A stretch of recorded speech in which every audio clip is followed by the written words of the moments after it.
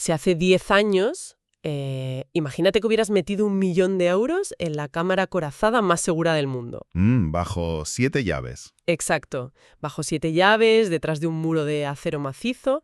Pues hoy, sin que absolutamente nadie haya tocado un solo billete, serías la mitad de rica o de rico. Es brutal cuando lo piensas así. Es que nos han enseñado desde siempre que la inmovilidad, el dejar las cosas quietas, es la máxima expresión de la seguridad financiera.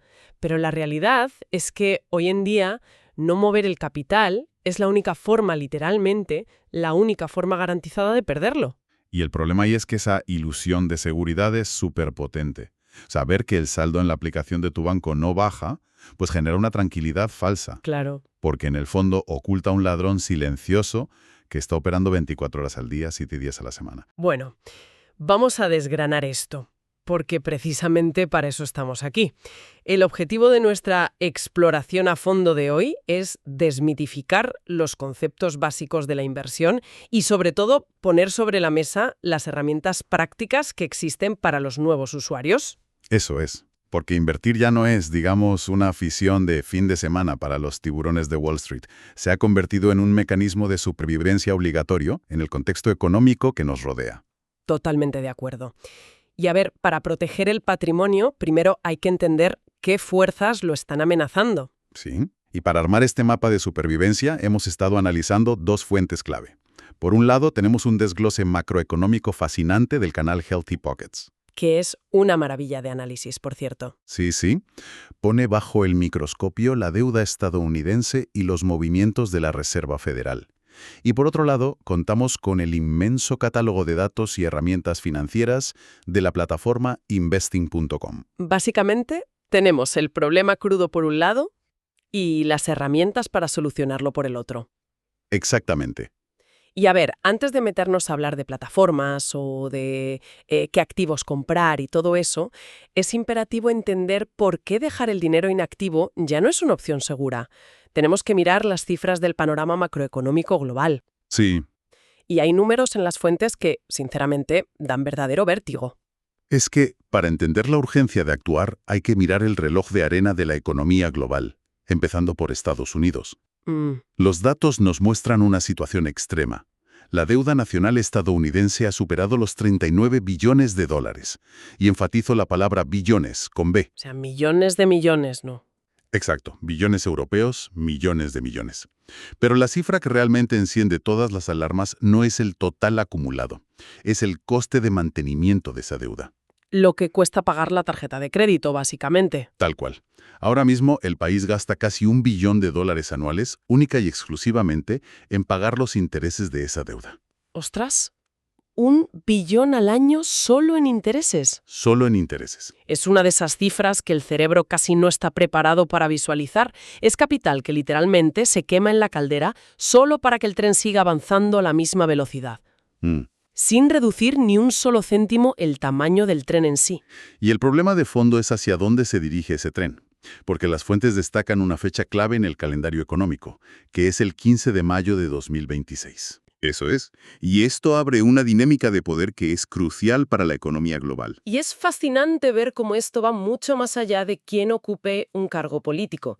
Porque, a ver, para quien nos escucha, si analizamos puramente los datos financieros que nos dan las fuentes, y quiero dejar clarísimo que aquí no entramos en debates ideológicos ni tomamos ningún partido político. Por supuesto, somos totalmente neutrales en esto. Exacto. Solo informamos sobre cómo estas visiones contrapuestas afectan la política monetaria descrita en las fuentes. Pues vemos 2 filosofías económicas chocando frontalmente. Por un lado está la visión de Donald Trump, Sí. que busca, digamos, abaratar el coste de esta deuda colosal, forzando una bajada de los tipos de interés para estimular el crédito. ¿Abaratar el dinero? Claro.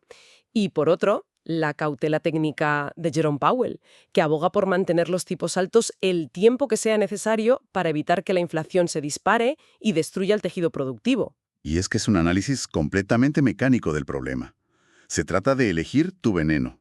O asfixiarse bajo el peso de unos intereses impagables, o arriesgarse a que la inflación se descontrole por completo. ¡Menudo panorama! Y lo interesante de las fuentes es que nos recuerdan que esta película pues no es nueva. La historia de la economía es un bucle. Y este escenario ya se vivió en la década de los años 40. Justo después de la Segunda Guerra Mundial, ¿no? y la Gran Depresión. Así es. En 1946, Estados Unidos tenía un ratio de deuda sobre su Producto Interior Bruto, el PIB, del 106%. Debían más de lo que toda su economía producía en un año. Exactamente. ¿Y cómo salieron de ahí? Pues te aseguro que no fue a base de austeridad extrema o de recortar gastos públicos a lo loco. Aplicaron lo que en macroeconomía se conoce como represión financiera.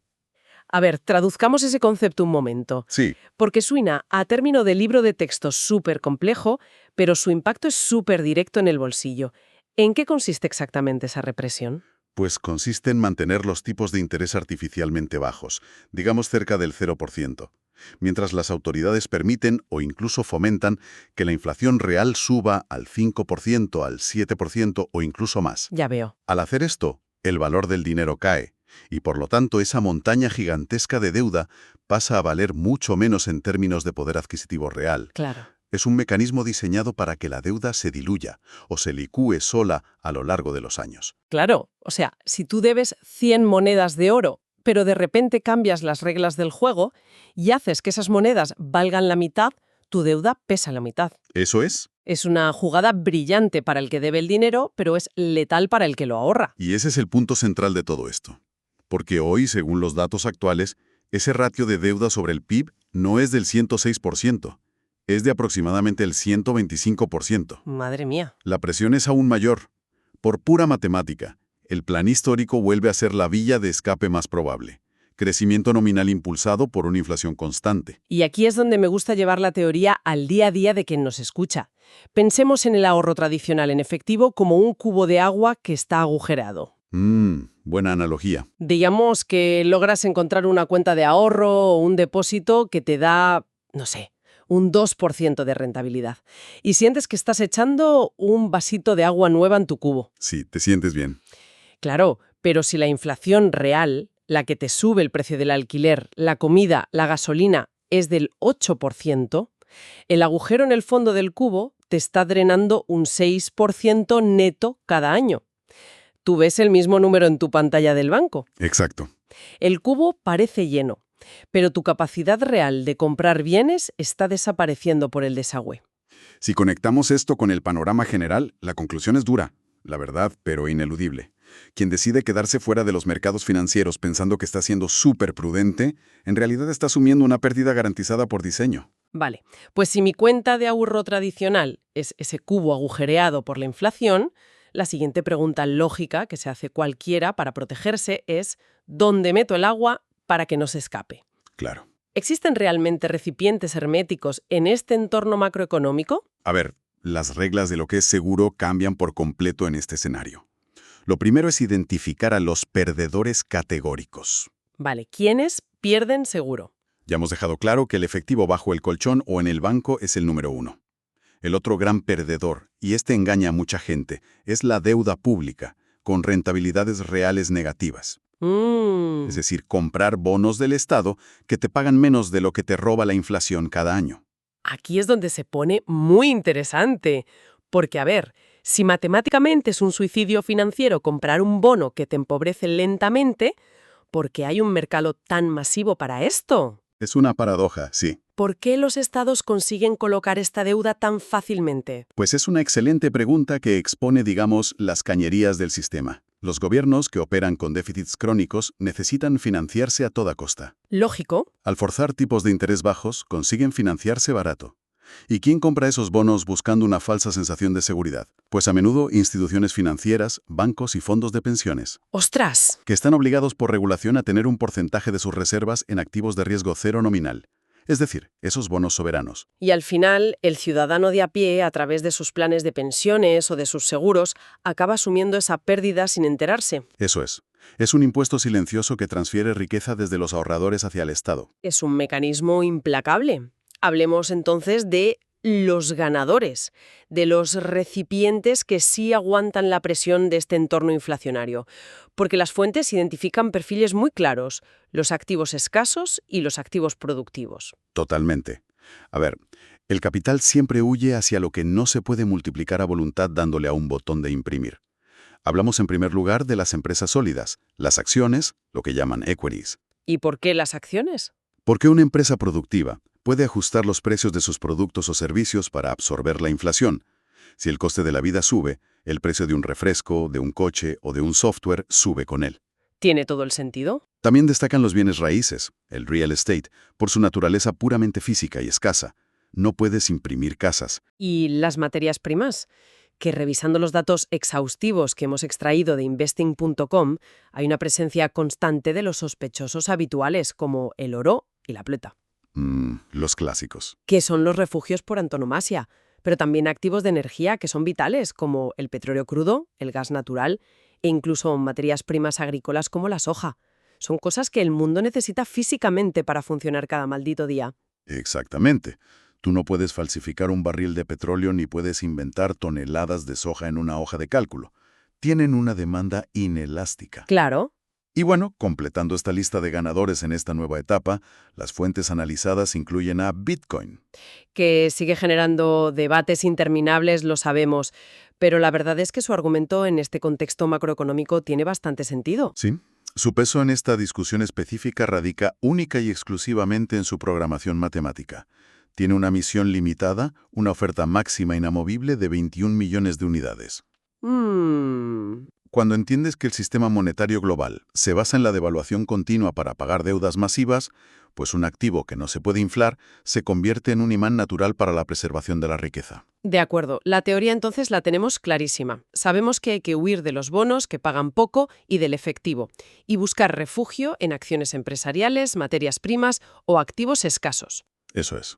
Pero a ver, para quien nos escucha, la teoría no sirve de nada si de repente te topas con un muro técnico a la hora de actuar. Totalmente cierto. O sea, entrar por primera vez a un portal financiero y ver cascadas de números parpadeando en verde y rojo parece un idioma alienígena.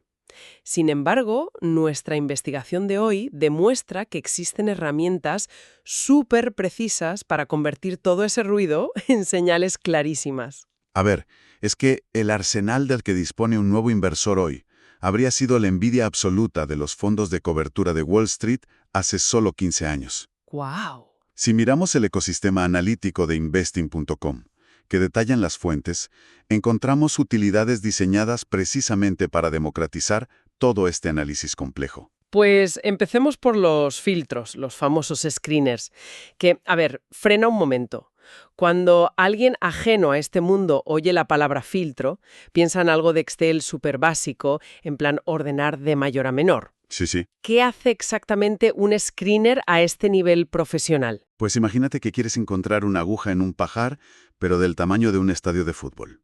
Un screener aquí es un algoritmo que escanea simultáneamente decenas de miles de empresas en bolsas de todo el mundo en cuestión de milisegundos. Madre mía. No busca solo por país o por sector, busca combinaciones súper complejas.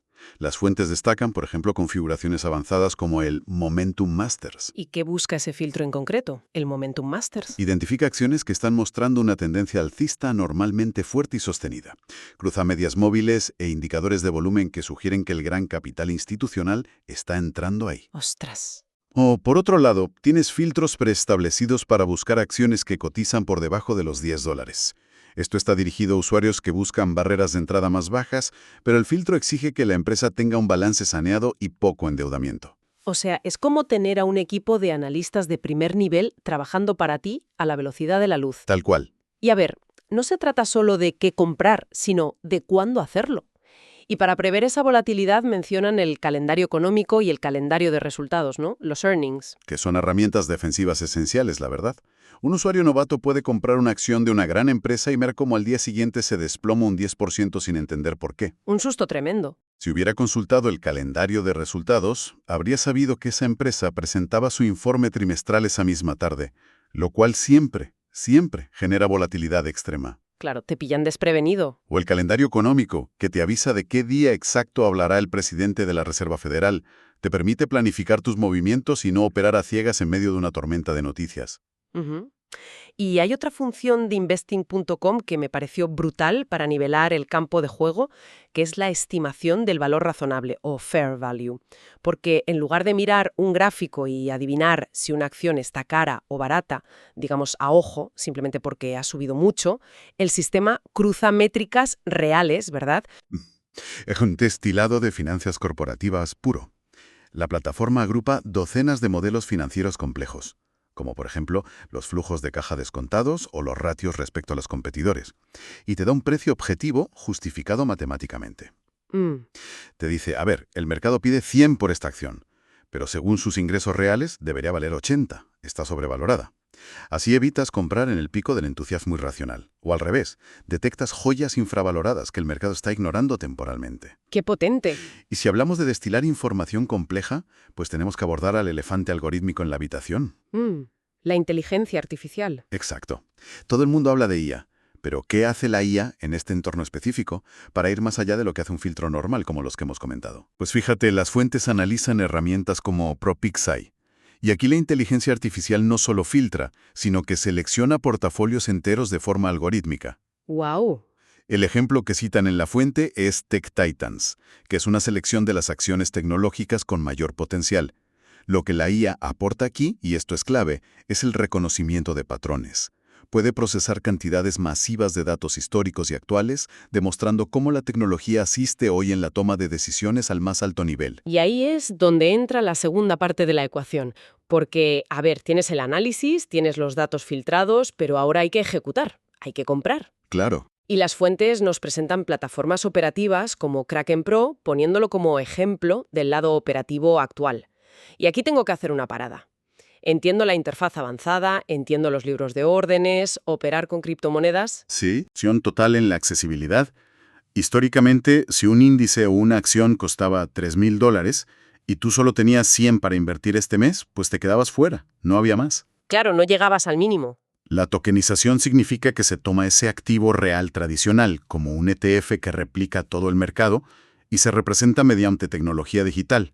Al hacerlo, se puede dividir en millones de fragmentos. Puedes comprar $20 de ese activo gigantesco. O sea, centraliza mundos que antes estaban en compartimentos separados. Exactamente. En un solo lugar, de forma súper eficiente, puedes tener distintas clases de activos.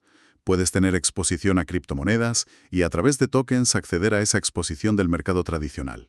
E incluso, fíjate, añaden elementos muy curiosos en la documentación, como el programa de fidelidad Ink Points de la primera temporada, la Season 1, Sí, es muy interesante. que es una forma de incentivar y gamificar un poco ese lado operativo.